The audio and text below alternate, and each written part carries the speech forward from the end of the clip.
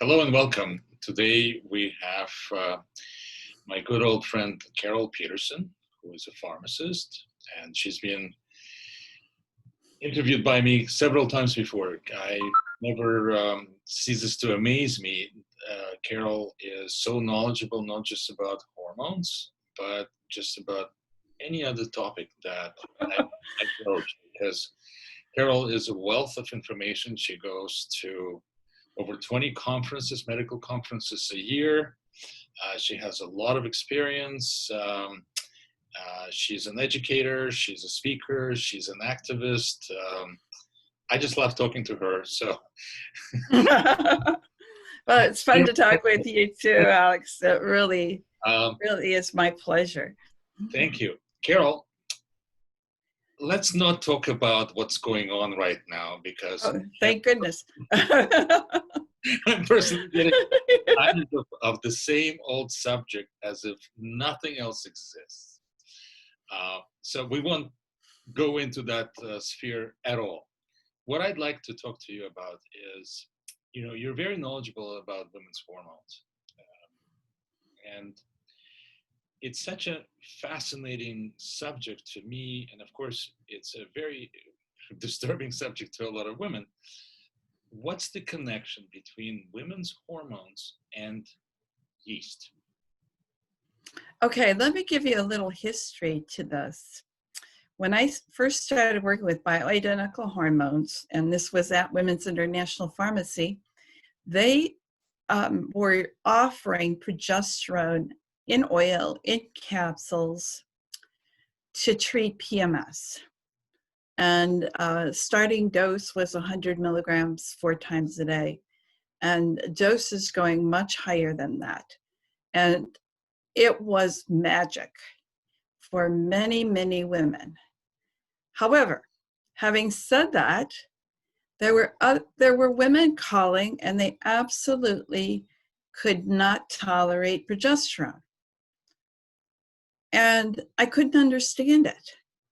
This is a hormone, you're born with it. I mean, when you're in utero, men and women equally, you are in a sea of progesterone, far stronger than we are able to do with any 400 milligrams a day of progesterone or more. So you came into the world with this huge progesterone bath. And now, as an adult woman, in doses that only got to luteal phase, normal luteal phase progesterone, you were having trouble with progesterone. So this really bugged me that this was occurring. I didn't know how to help those women who were having trouble. I will say now I probably know 3 or 4 other reasons, but the primary reason that comes up over and over again, I would say outside of women getting too little progesterone, is that there's a yeast problem. And so how would you know that there's an underlying yeast problem? And I'll just give some of the hallmark symptoms, like foggy thinking, foggy brain, can't concentrate, terrible mood issues. And another hallmark is bloating in the gut and resulting in either constipation or diarrhea. Could be that you could have eruptions on the skin, you could have burning vaginal tissue, anything that's burning, itching, coming through your skin could be yeast. Got to be so bad every time we had a call about some symptom, I would check out the yeast possibility. And the other staff would go, oh, this woman is calling and complaining about itchy feet. I'd say, check out her yeast-related symptoms. See if she's got some of the other things. And sure enough, and I am talking about yeast organisms in general, the focus of where that overgrowth of yeast, because we all have yeast. It's when that organism, and it's a big one, when it grows and it overgrows, it takes up a lot of space in your microbiome. And it also causes problems, various hormone problems, not only do you have an issue with progesterone, and I'll say this about progesterone, the hormone testosterone, hydrocortisone, any of those three hormones, and this is within the function, one of the reasons I think why, but I would not discard other reasons, is if you're overgrowing with yeast, you tend to be a little hypoglycemic because these organisms are feeding off your blood sugar. And then you put the hormones back, they do what their function is, they're trying to raise the blood sugar, and all of a sudden the yeast have a feeding frenzy holiday. So those reactions to hormones would be quick. And the same thing would occur with men if you're trying to help them with testosterone. Say men tend to have a little more resilience to this problem, comes up in women much more frequently, but they can have the same problem if you try to supplement their testosterone. So let me ask you, I just realized that I may be dealing with the yeast problem myself, because some of the symptoms that you've mentioned with the exclusion of the burning vaginal tissue, I've experienced. Let me ask you, what is yeast? When we talk about yeast, are we talking about candida, candidiasis? Yes. Candida albicans, one of the candida organisms, big offender, big one. But it's not the only one. It could be in the candida family. It can be many others. In fact, I have a chart that I developed. It was gifted to me, a whole packet of studies from a woman who is executive for a patient group called Candida Research. And it was to help patients with this kind of problem. And the group is gone, but she had gifted me all these papers. And the papers were all about the interactions with yeast and other related organisms, Saccharomyces cerevisiae, what have you, with hormones. And you'll find that there's so many points of intersection where it can be a problem, from interfering with the receptor sites, interfering with the carrier proteins.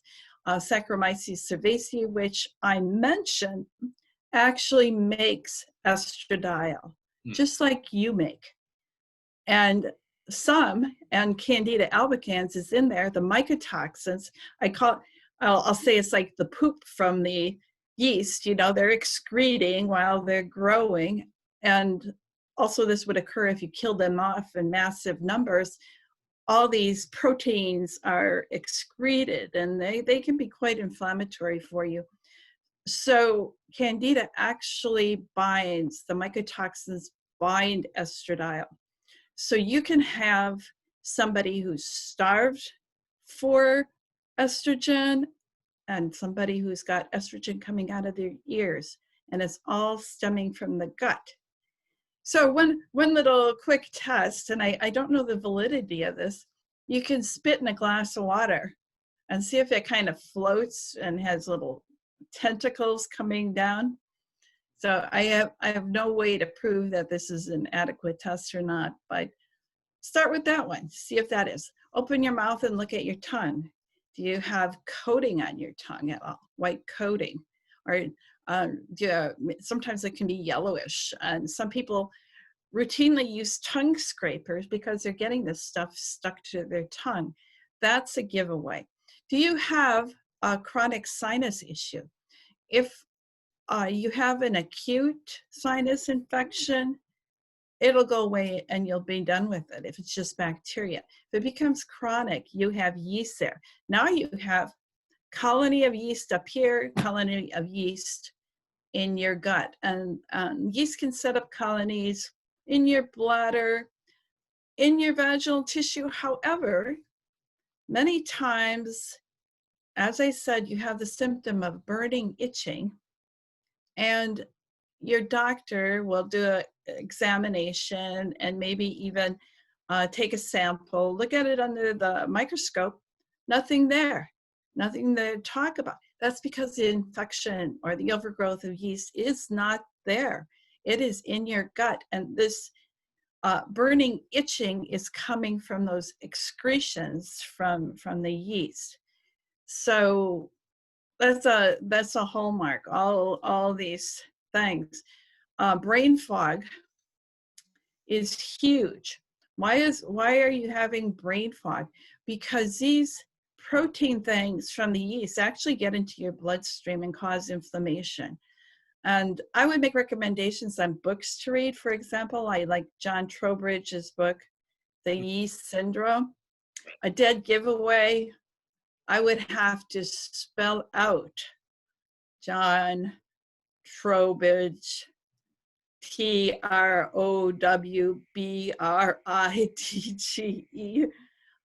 because the person I'm speaking to can't even take that in and write down the name. So that means they're in trouble. They're in big trouble with yeast. Right. So what's alarming to you that I brought up? No, it's not that it's alarming. I realize that everything is interconnected, and yeast Yes. or fungus. Where does it come from? Is it overabundance of sugar in our diet? Where does it come from? What is it that we need to watch out for? Oh, excellent question. How did that get started in the first place? Remember that we're supposed to be living in harmony with our microbial world. And why are the yeast taking over a big portion of our microbiome? It'll do so, just as you said, high sugar content in your diet. Yeast loves alcohol. And in fact, some of the yeast make alcohol. You can be accused of being an alcoholic and have alcohol in your bloodstream, and you haven't taken a drink. It's the yeast. It's a sign that not very many practitioners keep in mind, and they ought to. Antibiotics, a round of antibiotics kills off your bacteria, and the yeast take over because you've done nothing to stop that.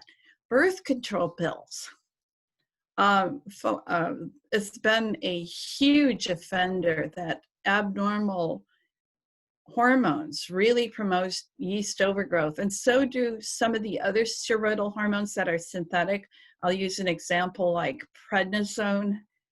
If you're taking prednisone, methylprednisolone, those kind of drugs for any period of time, that's also offending the balance in your gut and favoring the growth of yeast over your friendly bacteria. So let me ask you, is it people who are estrogen dominant that are more likely or more prone to have yeast overgrowth, or is it the yeast overgrowth that makes them more estrogen dominant, or is it both? I would be inclined to think both. Mm-hmm. I've already spoken about some, like Saccharomyces cerevisiae, as making extra estrogen. Mm-hmm. So your balancing hormones with progesterone and testosterone cannot cope with all that excess. That's one situation. The other situation is that maybe you're putting such a stress on your body's system. Progesterone, testosterone is called on for helping your immune system. Maybe you're depleting that. Progesterone is a precursor to hydrocortisone. There's some immune factors in having that conversion. And then once that estrogen gets out of control, then you have a terribly depressive effect on thyroid. Thyroid is no longer able to convert from its inactive form, T4, to its very active form, T3. That high estrogen is a problem. And you're probably seeing those with women. Now their breasts are having issues. And that's all tied into having lumpy breasts are tied into low iodine, because that's feeding the thyroid, low thyroid, and high estrogen. All this combined into a perfect storm. You end up with lumpy breasts, and that's a dysfunction for your breast tissue. Your breast can no longer have good flow of the lymph because of those lumps and get rid of toxins. The lumps will grow more. They're probably holding the toxins, all because of this hormone disarray that starts from the gut, your Right. microbe. And it's fascinating because the more I learn or study about the microbiome, about the gastrointestinal system, as we call it, the more I think about this, and there's more and more evidence that, I can't remember the author's name, with the name like the gut is your second brain. Oh yeah, it's something with G, Michael something G. It came But out a while back, and the more I think about it, the more it actually makes sense because we have a dedicated nervous system just to the digestive system as well, to the digestive tract. A lot of hormones are made in the gut. Just so much, and as you mentioned before, you may have cravings for certain foods, especially sugar or alcohol. And is it really you craving, or is it you've been colonized by candida usually? yeah, And that's kind of driving your brain to create this emotional need to have additional sugar or something else that feeds. or additional alcohol. Right. How many alcoholics really are an alcoholic because of that disturbance in their microbial world? If I can give you an example, a very good friend of mine had a stepfather, and he told me that all of a sudden his stepfather turned into an alcoholic, taking drinks all the time. And he said he was never like that. He had occasional drinks, bottles in the house would last a year or something, and now he was taking drinks quite often. So much so that his doctor decided to put him in the hospital and dry him out, so to speak.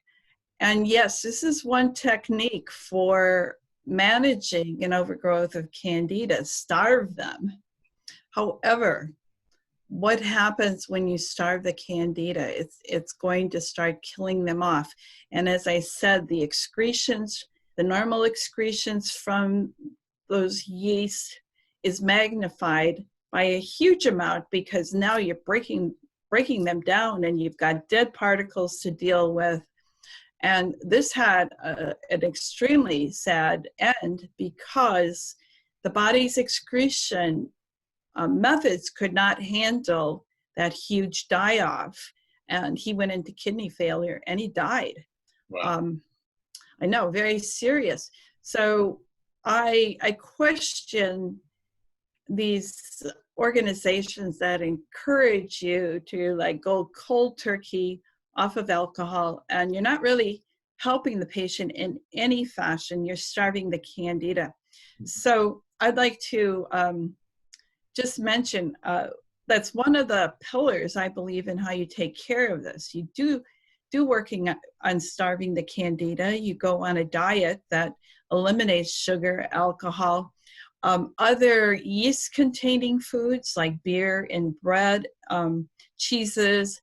They have yeast that are fermenting those products, and not that that's going to be directly a problem, but you may have a sensitivity, cross-sensitivity with those yeast that makes it an issue. So that's part of starving it, taking a focus with your diet. And even fruit can be too much. Some people believe you can use berries as the only fruit, or pear as the only fruit has been used, but that's some of the diet changes. So kill the candida. So there are a number of things that are in the pharmaceutical world, like nystatin will kill the yeast in the gut. Other things like ketoconazole, itraconazole, these related drugs do get in your bloodstream and do kill candida, but it's at a cost to your liver. It's very liver damaging. And then you have to adjust that with, you need long-term therapy with those drugs. I'm talking months, all the while it's hurting your liver. So it's a juggling act. So other things do help in the natural world. We have short-chain fatty acids that are found in like coconut oil. Lauric acid, caprylic acid can be used. There are herbal things that will help, like garlic. It can be anti-candida, helping you reestablish your gut. One of the things I learned later that can be helpful is enzymes. There are some products have enzymes that have cellulose and cellulase, ASE, for an enzyme, and that will break down the wall of the fungus. So that will, which is your body's own digestive juices, and most normal enzyme products don't address this overgrowth of yeast. So in this case, you would choose one that will do this. And I would say, coupled with that, if you're going on to trying to help with that yeast problem, it can be extremely uncomfortable when you get everything that is your symptom is suddenly even worse because of the extra excretions, the extra breakdown products from the yeast. So if you're working on the yeast, what you really need to do is add something that will absorb it. All these breakdown products in the gut, keep it in the gut, not getting in the bloodstream ideally, and things like charcoal and psyllium as absorbents and clays will absorb it and take it safely out of your gut, so it's not making you totally wild. I wonder if some people who have diagnosed with like schizophrenia and weird mental diseases are not fundamentally suffering with yeast. Now, this is something I hadn't gone into a great deal, but I know it is a fundamental problem with people with mental disorders. Yeah, mycotoxins. Yeah. So the question I have for you, because you've dealt with and studied for decades natural hormone replacement.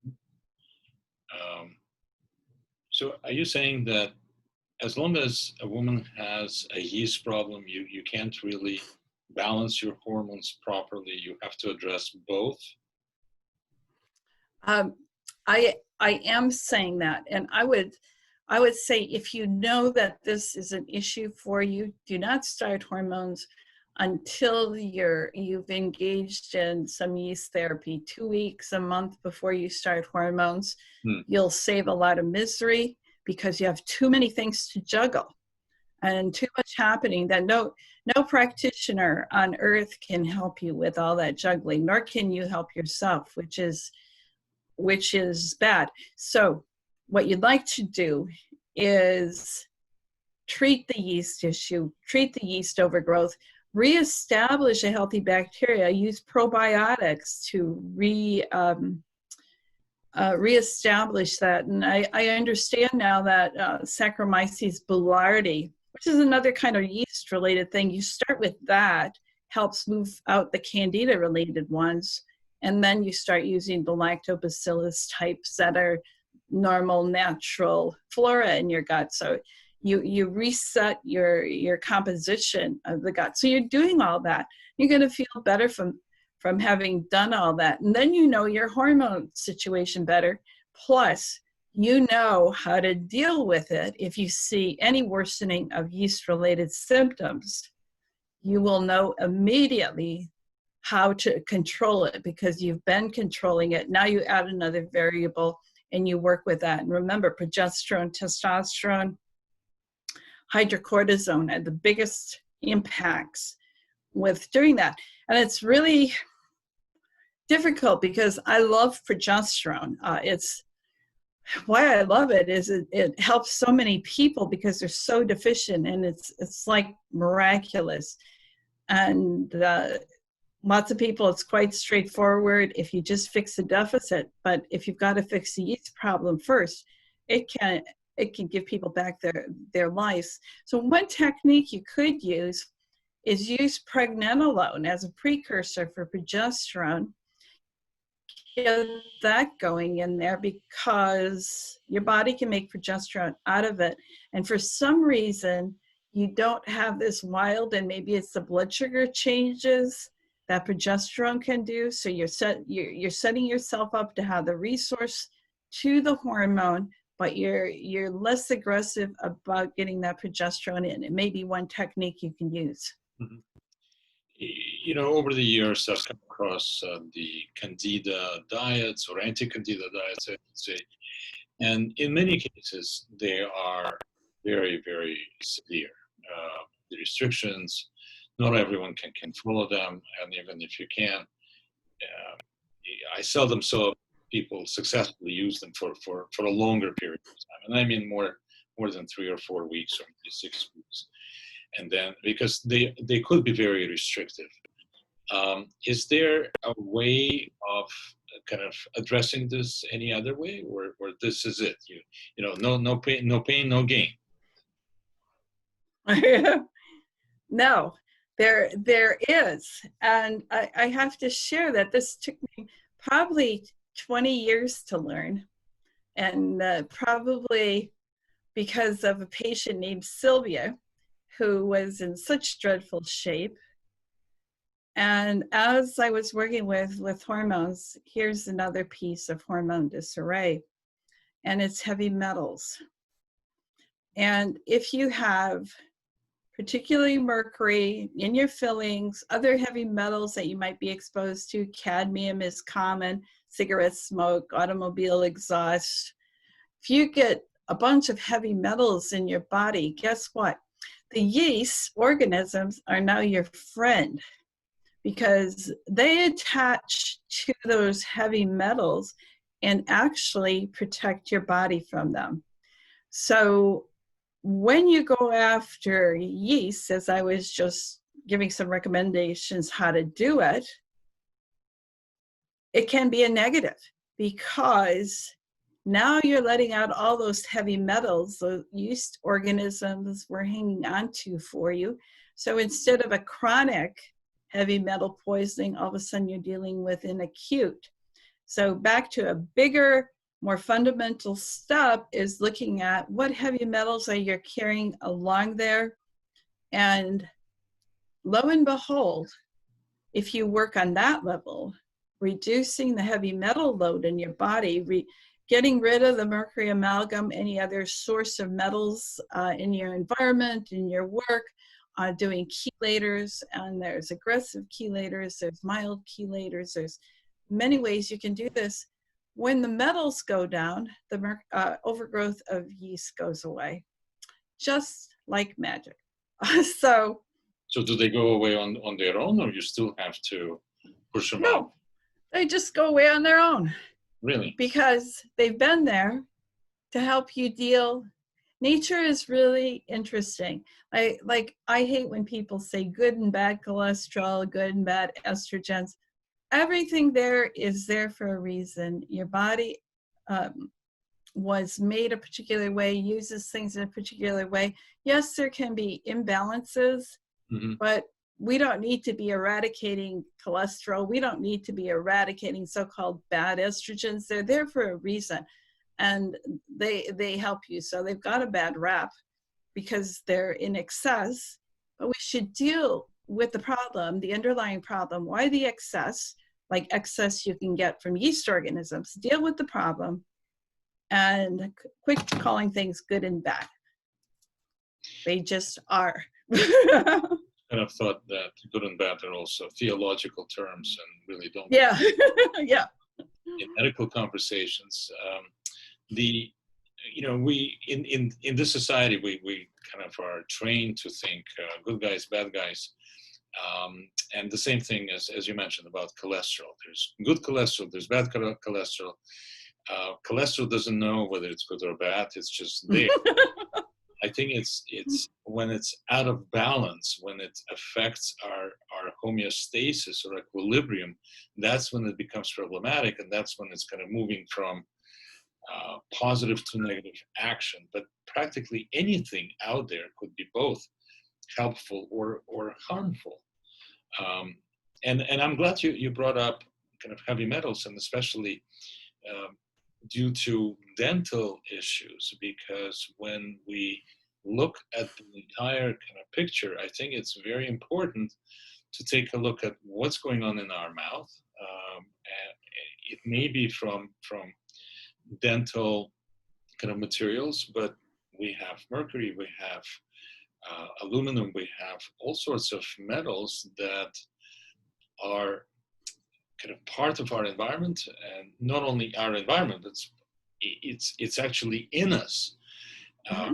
and very difficult to diagnose, difficult to identify kind of the source of this entire kind of disturbance. And as you move one, it's like a domino effect, other things beginning to improve, or something else comes up. It's like layers and layers and layers and layers. So I'm glad you brought this up, because everything is interconnected to everything else. Mm-hmm. And back to what you mentioned at the beginning of this conversation, that you said women that are oversensitive to hormone supplementation, specific progesterone, most likely have a yeast problem. And then most women who most likely have a yeast problem, in many instances may have a mercury or a heavy metal problem. Right, right. So it's not just one thing. You have to kind of look at things holistically and try and kind of decipher where is the center of this imbalance, if I can use this analogy, right? Right. It's so important. I got into a little altercation on a Facebook page. It's menopause and bioidentical hormones. And somebody was asking me what my protocol is. And I go, well, I don't have a protocol. I've been using hormones for 25 years. My problem was I'm hypopituitary, the master gland director of thyroid, adrenal hormones, sex hormones.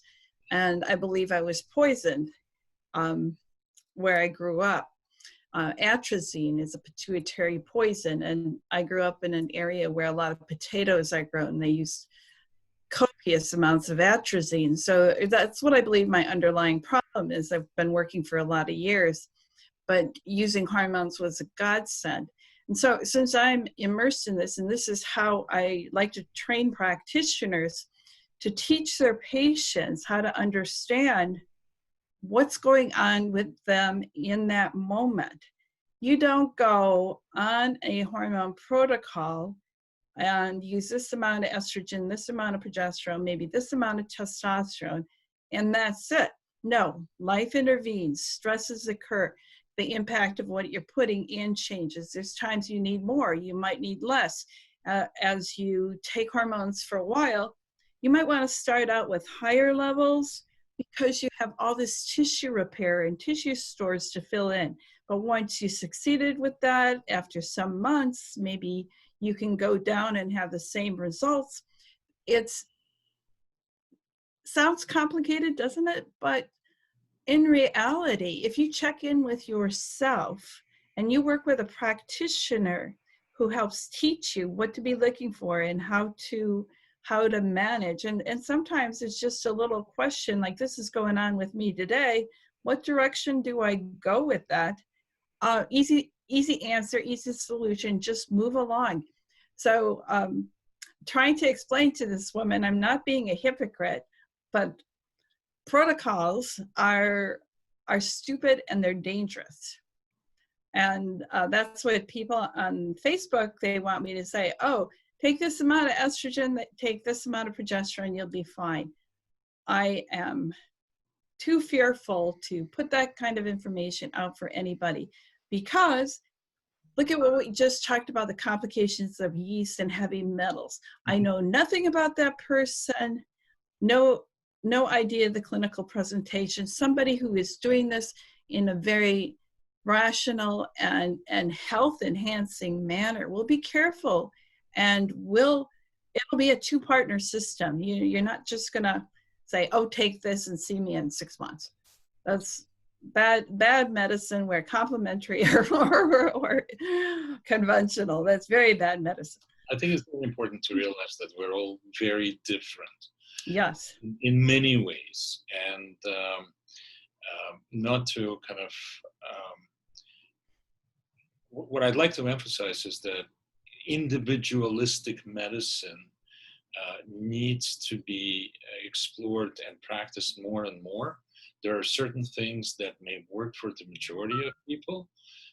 However, it may be a large minority or even a majority or a smaller minority that may, this therapy may not work. And I get these questions too from people from, socially. It's like, what do you use for this? Mhm. Well, just because you gave me a name, it doesn't mean that there is a magic pill for it. And we need to get away from thinking this way, that there is a pill for every ill. Maybe there is a pill for every ill, but there is an individual kind of component to this. And as we know, whether it's hormones, whether it's yeast, whether just about anything you take, people will individualize and kind of not create, but display with their own symptoms. And those symptoms will give a practitioner a clue as to what else is going on and to give them a direction of better therapeutics for this particular person. So going back to the connection between proper hormone balancing, I guess you can't do it unless you really have a good digestive system functioning, right? And digestive system not just includes what you ingest and how you process this, but also let's not forget about elimination. As you mentioned before, in some cases it could be diarrhea, in some cases it could be constipation. Many people suffer from chronic constipation. And I remember in years of my kind of practice, that's a hard thing to knock. In some cases, when it's like 20 or 30 years of constipation becomes normal, this person becomes so catabolic that it's almost impossible to shift them. And there's always kind of focused on one thing, but I didn't go today. And they may be right, but you didn't go for 30 years on regular and expect to shift in a week or two. So again, it's this interrelationship of everything has to work in concert. It's like truly listening to a symphony orchestra playing. Sometimes when they're all in sync, it's beautiful music. But when certain portions of the orchestra are not performing well or kind of playing out of tune, it immediately disturbs you. What I wanted to ask you is this: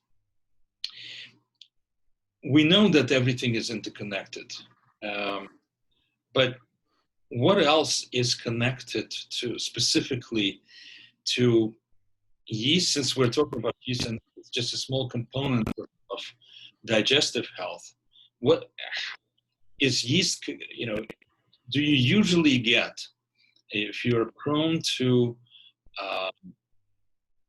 intestinal parasites, for instance, is it really also a cofactor to have yeast and fungus?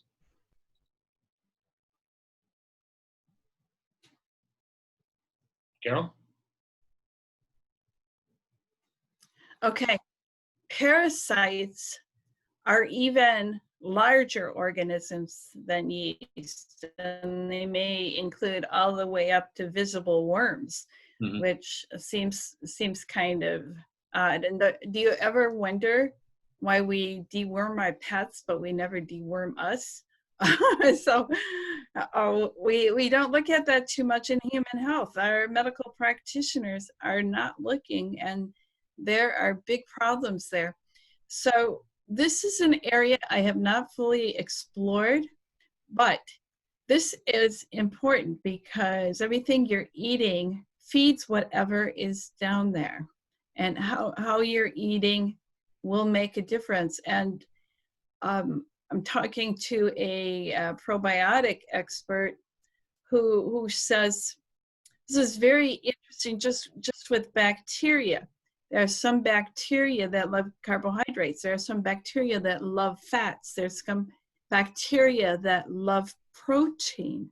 Mm. So they're helping digest those things and releasing, helping you break it down so you can take it into your body better. Now, parasites are a little bit different story. I mean, they just wholesale eat stuff and you're feeding it. And I would look there to, now, you're probably having a more wasting kind of thing because you're in competition with that parasite. You're not absorbing food well enough.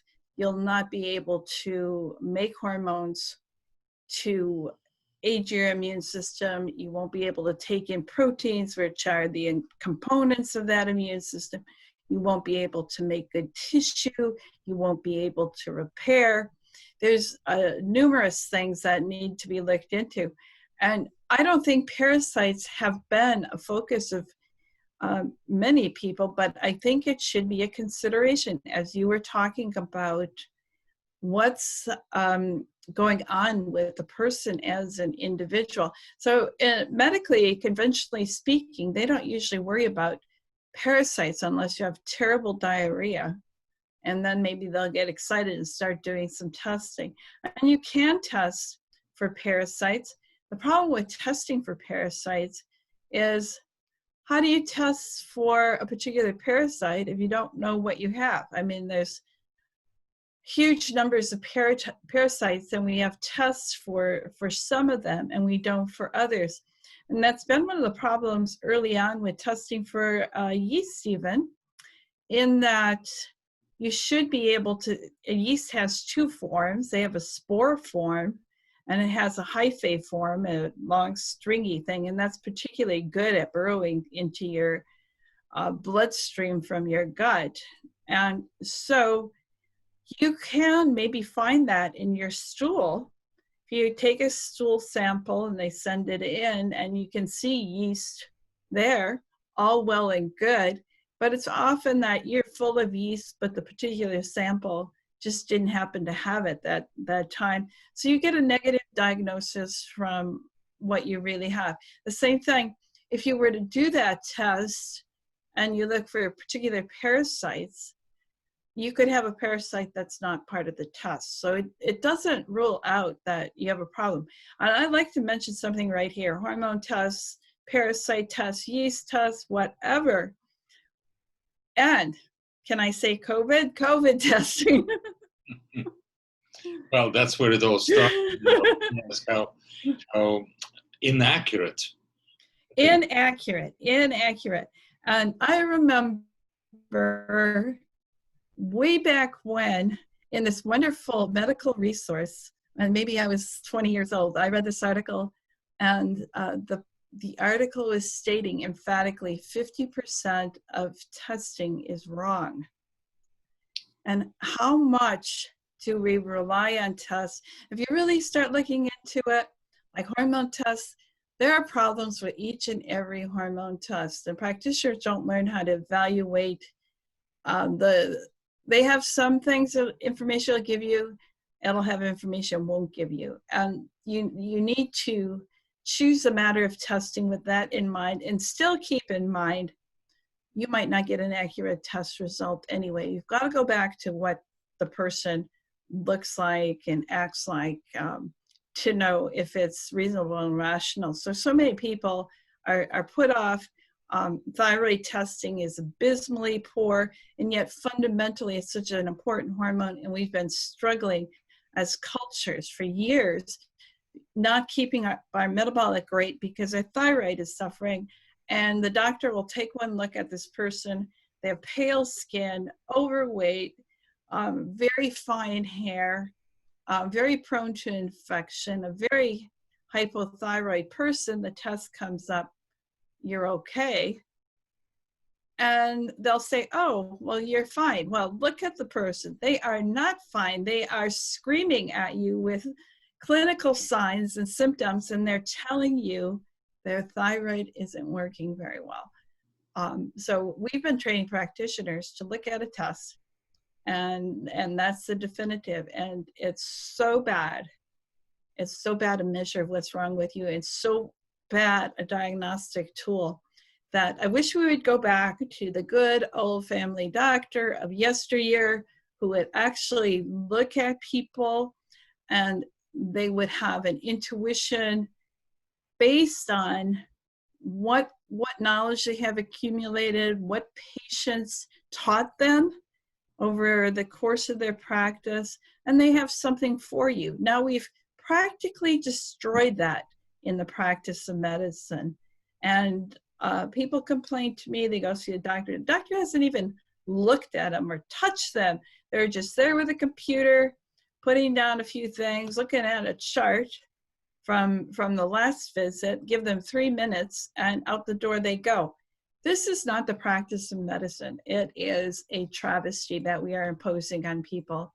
So I wish we'd get rid of the whole thing, but I think it's coming. I just don't know which direction it's coming from. I know. I know. A lot of theories and a lot of testing, whether it's 50% or more or less, is right, and the other 50% is wrong. We just don't know which one.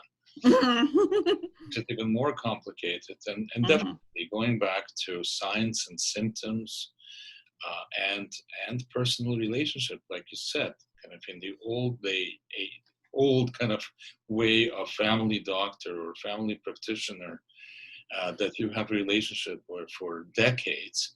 And I know this from personal experience, as well as talking to other physicians who would, and their patients who would say, I've had such a great relationship with my physician. All I have to do is just pick up the phone, and they know exactly what's wrong with me just by the tone of my voice. You get to know each other so well. Yeah. You are so much in tune with each other. And I think, as I've mentioned that before, it's not just the medicine, it's also the hand that gives the medicine. Very important to recovery and trust and mutual respect. That's, again, not being in a position of power of saying, this is what I'm telling you to do, and if you don't do it, you can leave my practice. I think those are not helpful ways. No. For many people. But maybe they're doing you a favor, because if it's that, if you're not going to do this, you're working with a very closed-minded person and not in tune. And I would say it's a gift. They're not wasting your time. Go. Things have happened for even what we perceive as negative things at that all the time. But I'm so glad that you brought up this kind of old conversation. At least to me, it's an old conversation about yeast and candida, because I remember 25 years ago, the medical community completely denied term candida and candidiasis, and they were adamantly, no, it doesn't exist. And then something flipped. Was it the kind of more and more people decided kind of to explore this? I don't know exactly what happened, but something did flip, where now it's an acceptable conversation, at least. Would you like to know what flipped it? Where it flipped, or who flipped Where it? it flipped? It was the DNA project that flipped it. And as it turns out, I remember Dietrich Klinghardt saying, we don't have any more DNA pairs in a cob of corn, or some fruit flies or something like that. And we have huge numbers of proteins being made with our manufacturing. And we found out that we are 90% microbes and 10% human. Yeah. And we had to start thinking about it. But I remember that very well. We knew that these yeast with those hyphae, when they're going through the gut wall, they're making holes, things are getting in there. We called it leaky gut, and anybody who said the words leaky gut was a quack.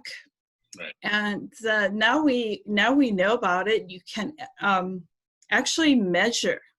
Another measure you could have for yeast, and here we go, I'm talking about a test when I just said be careful of the test, but we have a measure, the word endotoxin or the word LPS, lipopolysaccharide, is related to those excretions by the yeast. And guess what? They have tests. They now have a test for in the bloodstream. You can actually measure LPS. So how did they get there? Because you have a leaky gut, because you have stuff boring through your gut wall, just one cell thick. It's very easy to disrupt. It takes work to build up a healthy microbe, and it has to be fed. It has to be fed the right things, and that's where some of the plant world stuff. We need the starchy vegetables. Often are prebiotics. They're the stuff that our friendly bacteria want to feed on. We don't use them as our human existence, but our prebiotics feed our microbes. This is another problem. I'll just bring in the existence of products like Roundup, which have glyphosate, which they said, oh, this is great. There's a pathway in insects called the shikimate pathway that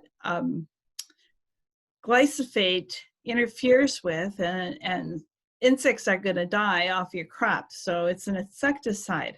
And human beings do not have this pathway.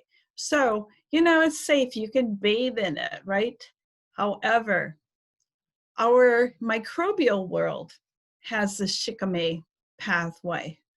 And that exposure to Roundup is killing our friendly gut.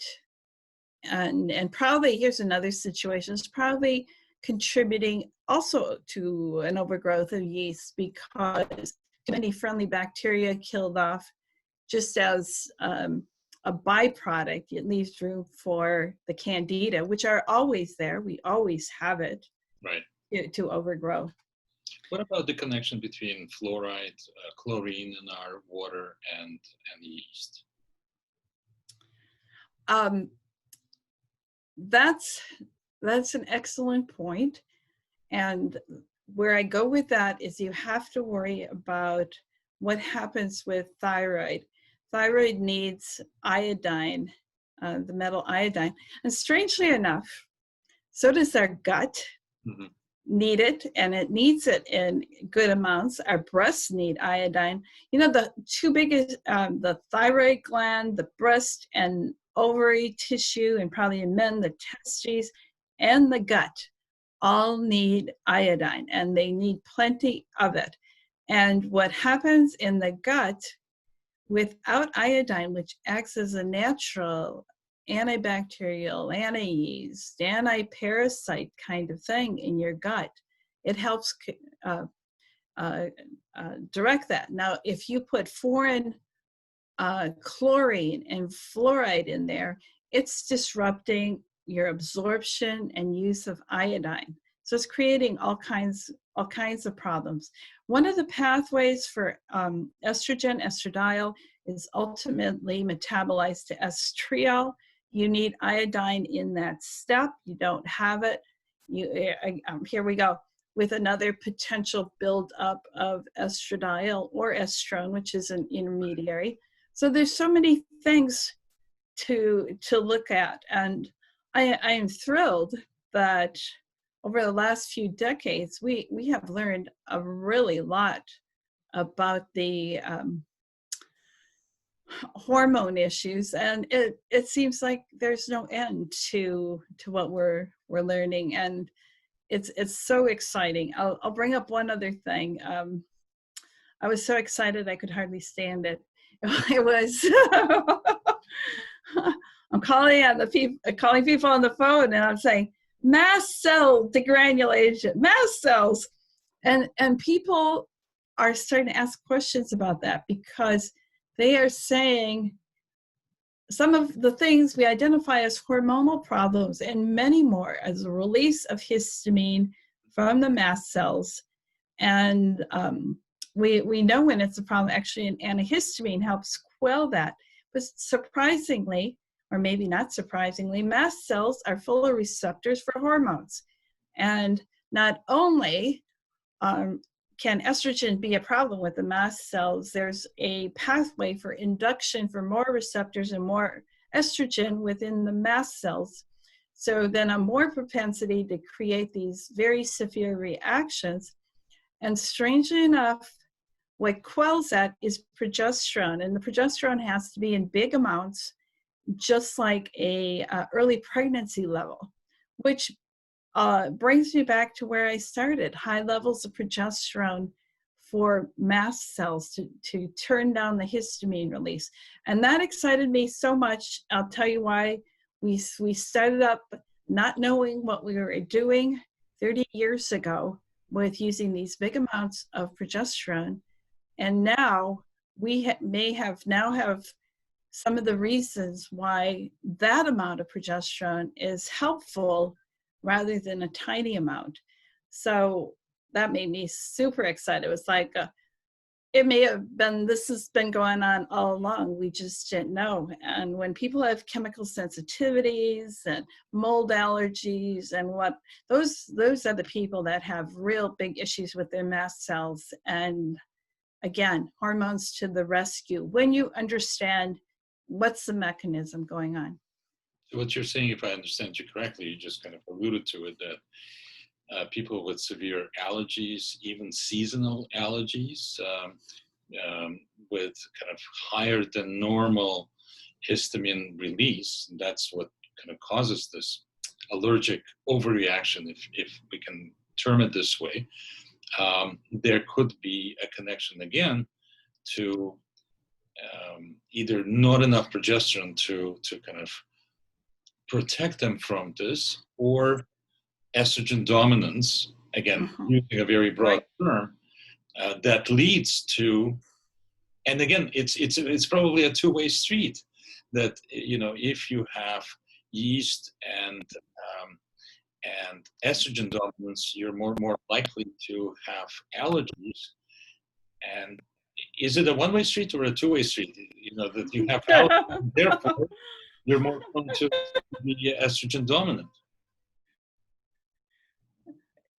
Which is it? Yeah, it's four-way stop. It's like, it's a traffic circle.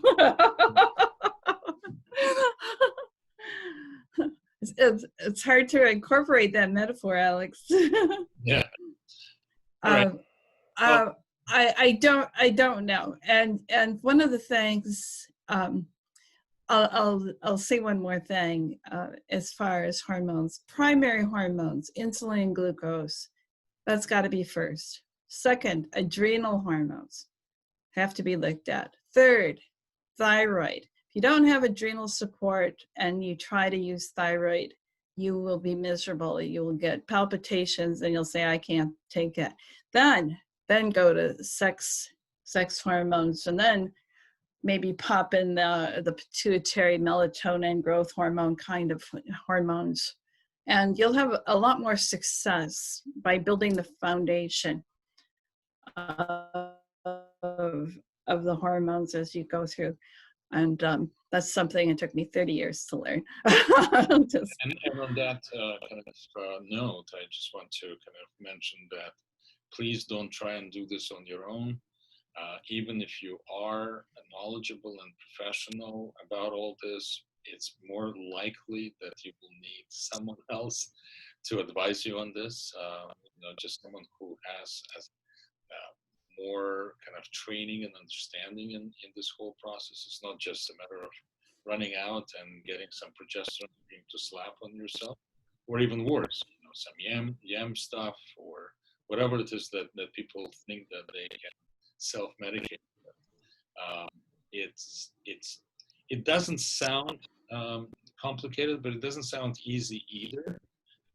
And I know more and more women, especially in the perimenopausal, menopausal age that need a little bit of help in terms of hormone balancing, because they're starting to show symptoms of hormonal imbalance. Again, it's a very loose term, and you can drive a truck through that term, because it may be that, it may be something else.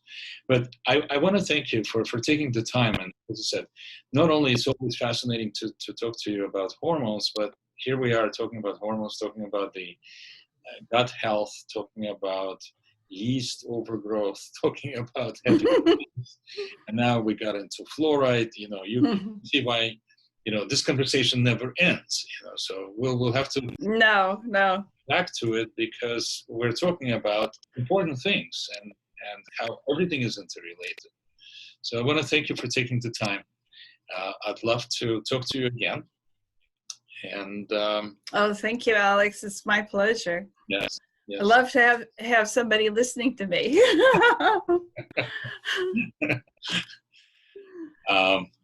Anyway, stay healthy, stay balanced, and stay safe. That's okay. Thank you so much. Take care.